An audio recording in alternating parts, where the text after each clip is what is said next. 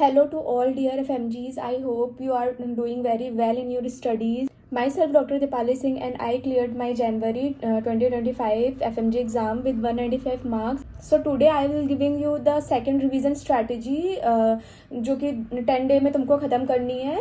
तो ये जो मेरा जो फर्स्ट रिवीजन वाला था वो तो तुम्हारा 29-30 जून को ख़त्म होने वाला था. बट मेरे को 3-4 स्टूडेंट्स के मैसेज आ रहे थे कि मैम प्लीज़ सेकंड स्ट्रैटेजी वाला अपलोड करो. तो मैंने सोचा कि अपलोड कर देती हूँ. मतलब जिनका पहले ख़त्म हो गया है तो वो अब इसको फॉलो करना चालू कर दो, और जो अभी भी कंटिन्यू कर रहे हैं तो वो तुम्हारा अपना 1 जुलाई से स्टार्ट कर देना. ठीक. और जो भी जीटी देने का सोच रहे हैं वो अपना अभी 1-2 दिन में देके ख़त्म करके आराम से वो 10 डे वाला स्टार्ट कर देना. और गाइस ये जो 10 डेज है ना, तुमको इसको बहुत ही ज़्यादा सीरियस लेना है. तुमको अपना मतलब 10-15 मिनट भी इधर से उधर नहीं करना है, एकदम स्टक रहना है प्लान पे. ठीक. देखो ये जो 10 दिन है ना, इसमें तुमको पूरा सिलेबस आंखों के सामने से निकालना है. अगर तुमने ऐसा प्लान बना लिया कि एक दिन में मुझे 4-5 सब्जेक्ट खत्म करने हैं, तुम बस सोच लिए और लिख लिए कि इसको मेरे को एक दिन में इतने सब्जेक्ट खत्म करने हैं, मैं बता रही हूँ तुम सुबह से लेकर रात तक 2 से ज़्यादा सब्जेक्ट खत्म नहीं कर पाओगे अगर तुम उसको टाइम वाइज डिवाइड नहीं करोगे. तो अगर तुमने 10 दिन ये कर लिया ना, मेरे पास बस भरोसा कर लिया, तुम्हारे सच में तुम्हारे 10 दिन में सब्जेक्ट तुम खत्म कर सकते हो सारे, बस ट्रस्ट में. और अभी मैं बता रही हूँ प्लान कि कब क्या क्या करना है और कितने समय में क्या क्या करना है. ठीक. और मैं सारी चीज़ बताऊंगी तुम्हें कितने घंटे में क्या खत्म करना है. तो ना तुमको ये सोचने की जरूरत नहीं पड़ेगी कि मैं इसको कितना टाइम दूँ. तो मैं उसके अकॉर्डिंगली ही सारा डिवाइड की हूँ कि तुमको अगर बड़ा सब्जेक्ट है तो तुमको ज़्यादा टाइम देना है, छोटा सब्जेक्ट है तो तुमको 2-3 घंटे में. तो उस हिसाब से मैं पूरा टाइम वाइज बताऊंगी तुम्हें. ठीक. कि तुम्हें कौन सा सब्जेक्ट कितने टाइम में खत्म करना है. और गाइज ये भी इंपॉर्टेंट है कि तुम एक बड़े सब्जेक्ट के साथ 2-3 छोटे सब्जेक्ट खत्म कर रहे हो. ये बहुत इसको एकदम ध्यान में रखना. तुम 2 सब्जेक्ट बड़े बड़े एक दिन में मत उठा लेना कि हाँ 2 बड़े सब्जेक्ट उठा लिए और उसको खत्म ही नहीं कर पा रहे. चलो अपना 10 डे का प्लान बनाते हैं. ठीक. स्टार्ट करती हूँ मैं. तो चलो ठीक है. देखो सबसे पहले ना तो मैंने तुमको 14 आवर्स वाला बताया था कि तुमको रोज़ 14 आवर्स की स्टडी करनी है. तो तुमको अभी भी कंटिन्यू करनी है वो 14 आवर्स की स्टडी. तो ना यहाँ पर ना सबसे पहले तो तुम्हें 14 आवर्स लिखने हैं. 14 आवर्स इसमें से तुमको रोज़ 12 आवर थ्योरी पढ़नी है. ठीक. और रोज़ 2 आवर्स MCQ करने हैं. ये तो तुम्हारा रोज़ का कॉमन वर्क हो गया. तो तुमको ना 12 आवर पूरा जो मैं प्लान बताऊंगी उसको फॉलो करना है, और 2 आवर्स तो तुमको कॉमन रोज़ MCQ करने हैं. ठीक. ये जो MCQ है वो डेली करने हैं. ठीक. तो तुम्हारा स्टार्ट करते हैं फर्स्ट डे. ठीक. पहले पूरा लिख लेते हैं.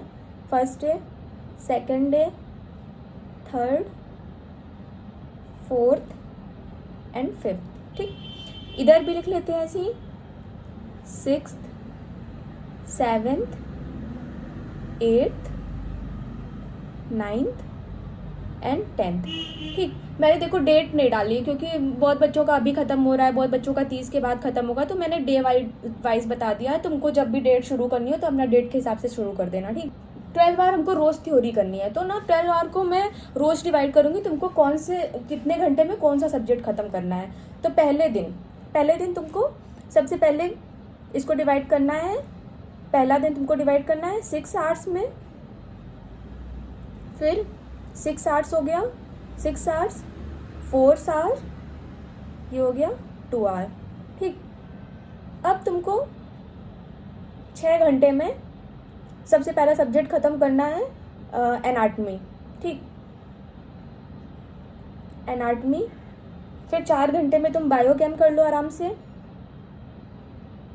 फिर 4 घंटे में तुम्हारी बायोकेम. और फिर 2 घंटे में तुम कोई छोटा सब्जेक्ट उठा लो, ऑर्थो. ठीक. देखो एनाटमी और ऑर्थो मैंने एक साथ रखा है क्योंकि एनाटमी और ऑर्थो में ना बहुत सारी चीज़ें मैच होती हैं. लाइक एनाटमी में भी जो तुम्हारा हैंड की नर्व वगैरह, लेग की नर्व्स, और इसमें ऑर्थो में भी तुम्हारा ये सब आता है. तो ना इसलिए मैंने इसको एक दिन में ही रख लिया कि तुम एनाटमी से भी वो पोर्शन पढ़ लेना थोड़ा, और ऑर्थो से भी तुम्हारा कॉमन हो जाएगा. अब ये तुम्हारा हो गया 12 आवर का पूरा हो गया. तुम्हारे 3 सब्जेक्ट खत्म हो गए. अब सेकेंड डे को भी हमको डिवाइड करना है. सेकेंड डे को हमने डिवाइड किया 8 hour and then 2 hour and then 2 hour. अब 8 आवर में तुमको ख़त्म करना है सर्जरी. ठीक. सर्जरी ख़त्म कर दिए. अब तुम्हारा सर्जरी हो गई. अब तुम 2 छोटे सब्जेक्ट रख लो, लाइक रेडियो एंड एनेस्थीसिया। अब देखो सर्जरी और रेडियो को ही मैंने साथ में रखा क्योंकि सर्जरी में भी तुम्हारा सीटी स्कैन वगैरह होता है, एमआरआई वगैरह ब्रेन का, तो ये सब ना रेडियो से बहुत ज़्यादा मैच होता है, तो ना मैंने ये सब चीज़ें मैच करके रखी हैं सब्जेक्ट्स को एक साथ। ठीक, अब थर्ड डे को हम डिवाइड करेंगे 8 hour and 2 hour 2 hour same. ठीक, अब 8 आवर में तुमको करना है पहले तो ओबीजी।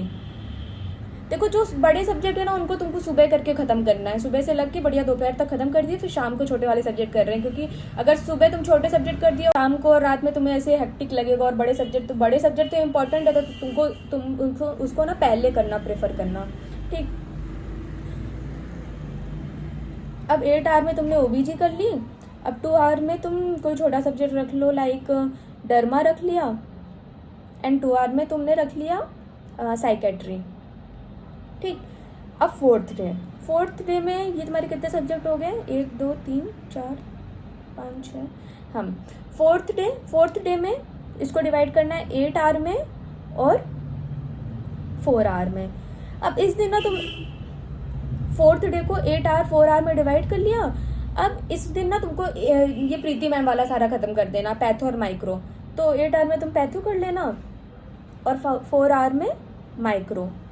ठीक, अब फिफ्थ डे अब तुम्हारे इतने सारे सब्जेक्ट हो गए, अब है फिफ्थ डे को ना तुम 2 आवर 2 आवर 2 आवर 2 आवर में डिवाइड कर लिए। ठीक, इस दिन ना सारे छोटे सब्जेक्ट्स एक साथ कर लेना, और इस दिन ना जो जो तुम्हारे छोटे सब्जेक्ट और रह रहे हैं, लाइक ऑप्थाल, फिर ईएनटी कर ली,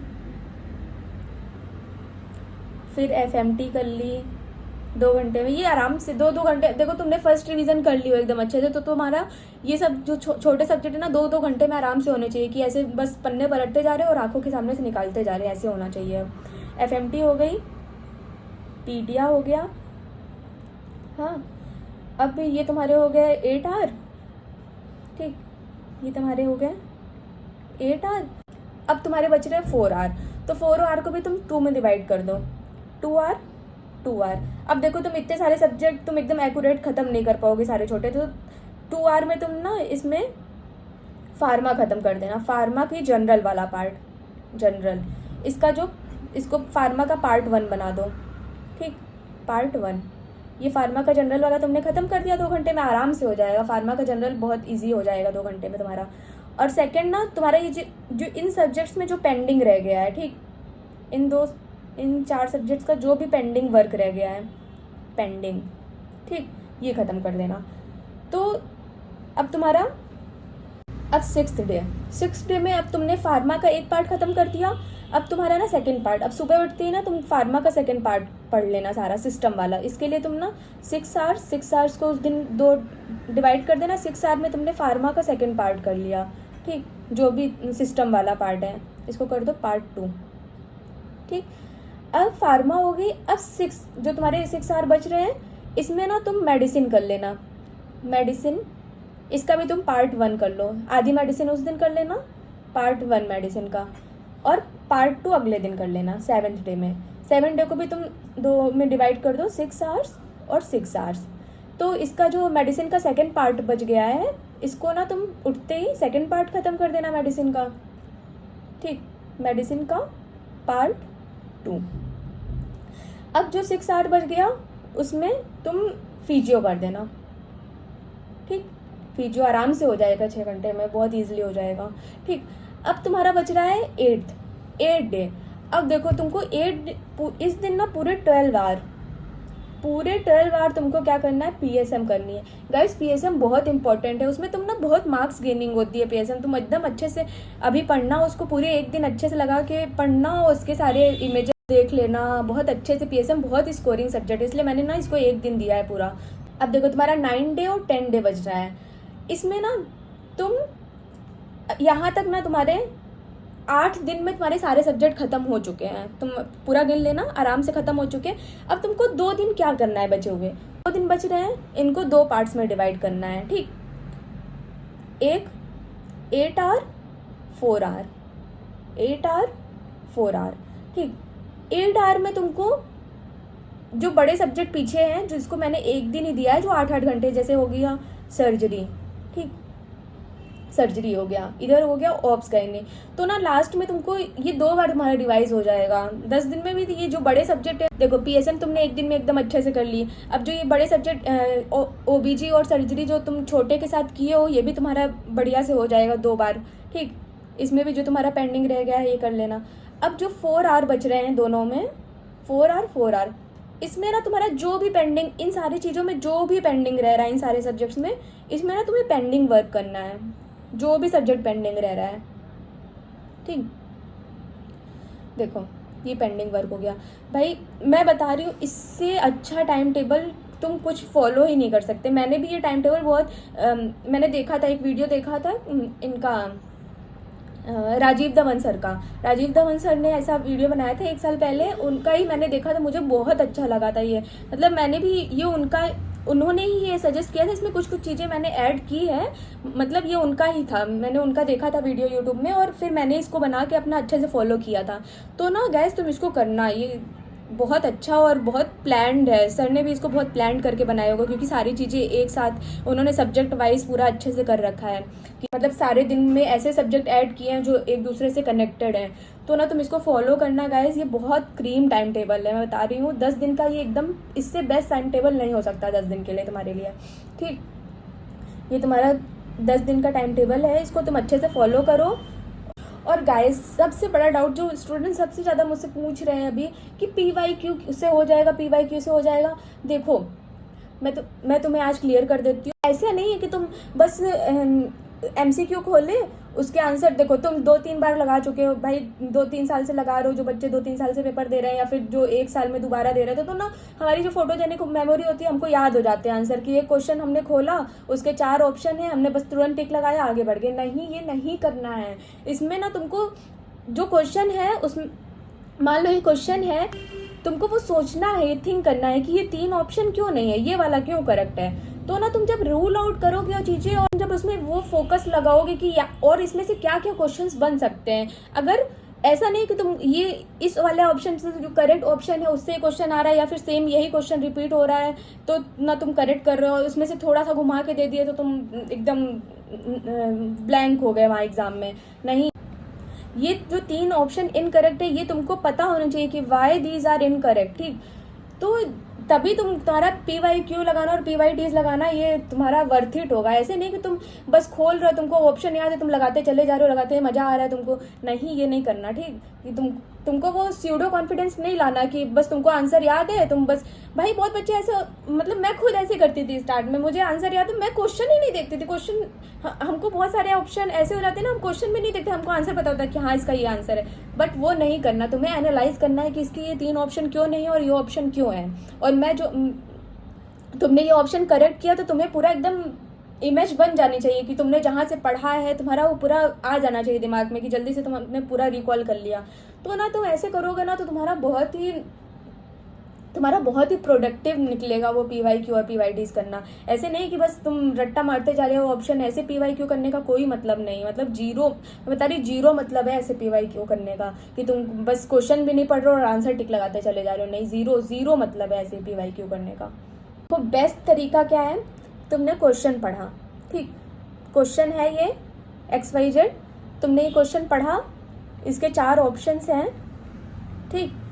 तुमने अच्छे से पढ़ा, क्वेश्चन एनालाइज किया कि हाँ मैंने ये जो पढ़ा है वो उससे रिलेट हो रहा है कि नहीं। अगर नहीं हो रहा है, तुम्हें नहीं याद आ रहा है, तो तुम तुरंत खोल के देखो उसको, तुमने जहाँ से पढ़ा है, ठीक। बात के लिए नहीं छोड़ना। इसका ऑप्शन है, ऑप्शन 2, ऑप्शन 3, ऑप्शन 4, सारा तुमको पता होना चाहिए कि ये क्यों नहीं है, ये क्यों करेक्ट है, ये क्यों इनकरेक्ट है, सारा।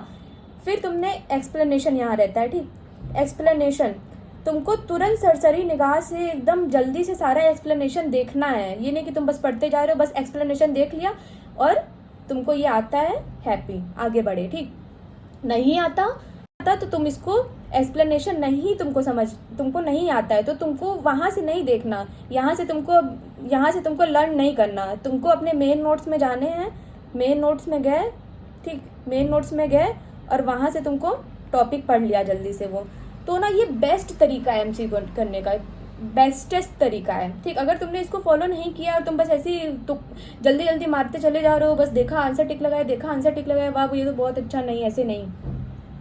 सो गाइस प्लीज़ इस प्लान को फॉलो करिए, और कुछ भी डाउट हो तो मुझे मेल कर देना, और तुम्हें कुछ भी समझ में नहीं आ रहा है इसमें, और अगर कुछ भी तुमको रैपिड रिवीजन वाला भी वीडियो वगैरह कभी कभी देखने का मन है तो तुम यूट्यूब में खूब आते रहते हैं, वो देख लेना। वन लाइनर्स देख लेना, अभी इसकी प्रेप की भी वन लाइनर सीरीज स्टार्ट होती है, तो कभी कभी ऐसे मन नहीं कर रहा तो तुम उसकी वन लाइनर्स देख के वो सब्जेक्ट देख लिए जल्दी जल्दी, तो तुम ऐसे भी कर सकते हो, ये भी बहुत प्रोडक्टिव होता है। वो इमेज बेस्ड बहुत सारे यूट्यूब में वीडियोस पड़े होते हैं, उसको देख लेना। मतलब अगर तुम्हारा जैसे थ्योरी से जब बोर होने लगो तो वो देख लिया थोड़ा 15-20 मिनट जल्दी जल्दी 2x में या फिर 1.5 में, तो ना तुम ये एकदम अच्छे से फॉलो करो, और ये 10 दिन ना एकदम जान लगा दो अपनी, 14 घंटे एकदम प्रोडक्टिव करके सब 10 दिन में एकदम अच्छे से फिनिश कर दो। अच्छे से याद कर लो सारी चीज़ें, जो इंपॉर्टेंट चीज़ें हैं उनको रट डालो।